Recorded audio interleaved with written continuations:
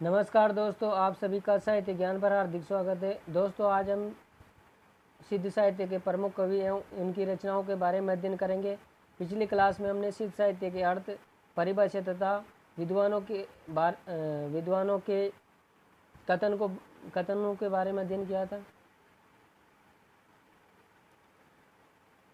नमस्कार दोस्तों, आप सभी का साहित्य ज्ञान पर हार्दिक स्वागत है। दोस्तों, आज हम सिद्ध साहित्य के प्रमुख कवि एवं उनकी रचनाओं के बारे में अध्ययन करेंगे। पिछली क्लास में हमने सिद्ध साहित्य का अर्थ एवं परिभाषा तथा इसकी विशेषताओं के बारे में अध्ययन किया था। दोस्तों, अगर आप हमारे चैनल पर नए हैं तो चैनल को सब्सक्राइब करें और बेल आइकन को प्रेस करें ताकि आने वाली हर क्लास का नोटिफिकेशन आप तक पहुंच सके। तो चलिए दोस्तों, शुरू करते हैं बिना देरी किए आज की क्लास को। सिद्ध साहित्य के प्रमुख कवि एवं उनकी रचनाएं।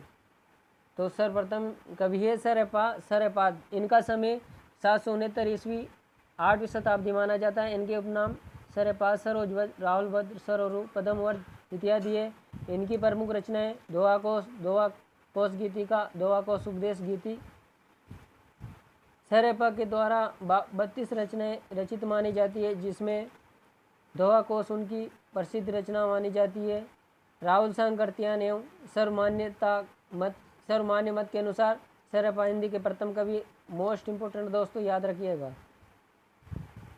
हिंदी साहित्य में दोहा चौपाई रचना शैली का सर्वप्रथम प्रयोग सरपा के द्वारा किया गया है। यह भी महत्वपूर्ण बिंदु है।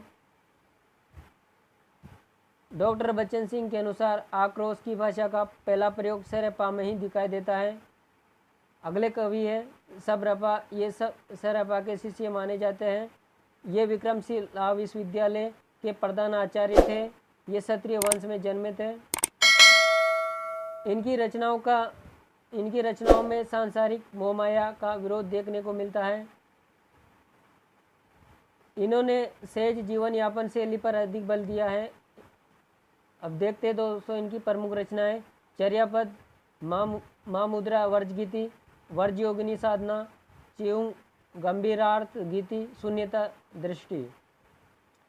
इनकी चर्चित पंक्ति है छाड़ू छाड़ू माया मोह विषम, धुंधोली चर्यापद से ली गई है। अगले कवि है लुहीपा। ये सबरपा के शिष्य माने जाते हैं।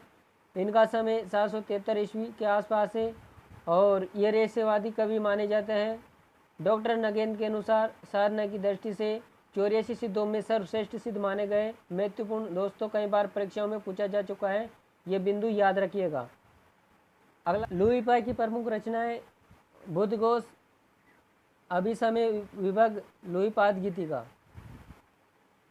प्रभावशाली सिद्ध होने के कारण लुहीपा का स्थान प्रथम है डॉक्टर रामकुमार वर्मा के अनुसार। अगले कवि है डोम्बिपा। ये विरूपा के शिष्य माने जाते हैं। समय इनका 840 ईस्वी, मगध के क्षत्रिय वंश में जन्मे थे और इनकी रचनाओं की कुल संख्या 21 मानी गई है। इन प्रमुख रचनाएं डोमी गीतिका, योगचर्या, अक्षर द्वीपोपदेश। डोम्बिपा सरस कवि है। सरसता के साथ उपदेशात्मक इनके काव्य की मुख्य विशेषता है। विश्वनाथ प्रसाद मिश्र का कथन है। अगले कवि है कणैपा। इनका जन्म 820 ईस्वी में ब्राह्मण वंश में कर्नाटक में हुआ था। ये सिद्धों में सबसे बड़े तथा सर्वश्रेष्ठ विद्वान माने गए। ये भी महत्वपूर्ण बिंदु है दोस्तों, याद रखिएगा। राहुल सांकर्त्यायन के अनुसार कणैपा पांडित्य व कवित्व में बेजोड़ थे। मोस्ट इम्पोर्टेंट बिंदु है। और इनके गुरु का नाम जालंधरपा। रचनाओं की संख्या 74। ये भी मोस्ट इम्पोर्टेंट बिंदु है दोस्तों, कई बार परीक्षाओं में पूछा जा चुका है कि जो कणैपा है उनके द्वारा रचित रचनाओं की संख्या कितनी है, तो कितनी है, 74। इनकी प्रमुख रचनाएं कणैपाद गीतिका, चर्या विनिश्चय। अगले कवि है कुकुरिपा। इनकी रचनाएं चर्यापद, योग भावना उपदेश, जिनमें 16 ग्रंथों में रचित है ये। और इन सिद्ध साहित्य के अन्य कवि तथा उनकी रचनाएं भूसुप्पा। इनकी रचना का नाम बोधिचर्यावतार है। कबलपा, चर्या गीति, जालंधरपा, वियुक्त मंजरी, हुंकार चित, भावना कर्म। तो दोस्तों ये थी आज की हमारी क्लास। नेक्स्ट वीडियो में हम रासो साहित्य के बारे में अध्ययन करेंगे।